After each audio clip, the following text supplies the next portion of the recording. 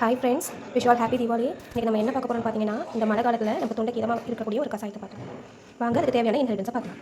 மிளகு, மஞ்சள் பொடி, பட்டை, ஏலக்காய், கிராம்பு, ஓமம், இஞ்சி, மல்லி, வெற்றிலை, துளசி. வாங்க வீடியோக்குள்ளே போகலாம். டோட்டலாக நம்ம 6 மெம்பர்ஸ் கசாயம் வைக்கணும். நான் 7 டம்ளர்ஸ் ஆஃப் வாட்டர் எடுத்துக்கிறேன். இப்போ ஃபஸ்ட்டு துளசி ஆட் பண்ணிக்கலாம், அப்புறம் வெற்றிலை ஆட் பண்ணிக்கலாம், அப்புறம் நம்ம எடுத்து வச்சுக்கிற இன்க்ரீடியன்ஸ் எல்லாத்தையும் ஆட் பண்ணலாம். நல்லா கொதிக்குது. 7 டம்ளர்ஸ் வாட்டர் ஆட் பண்ணியிருக்கிறோம். அது 5 டம்ளர்ஸ் ஆகிற வரை வற்ற விடணும். கசாயம் ரெடி ஆகிடுச்சு. இப்போ இதை ஃபில்டர் பண்ணிக்கலாம்.